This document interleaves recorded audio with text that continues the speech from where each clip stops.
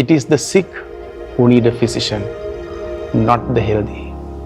රෝගීන්ට මිස නිරෝගීන්ට වෙදෙකකින් වැඩක් නැත. ඔබට ස්වාමින් වහන්සේගේ පණිවිඩය දැනෙනවද? තේරෙනවද?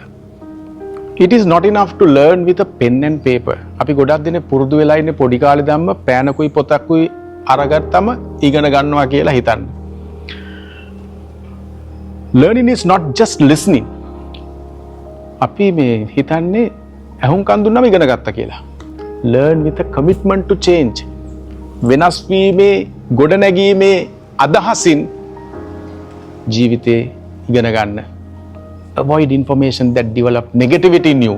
තමන් තුළ අසුභවාදී දේ ගොඩනගන දේවල් වලට ඇහුම්කන් දීලා ඒවා අයිති කරගන්න එක නතර කරලා ස්වාමින් වහන්සේව සුභවාදී දේ ඔබ තුළ ගොඩනගන දේට අද ඉඩ දෙන්න හිතට ගන්න. ජේසුස් පිටයි.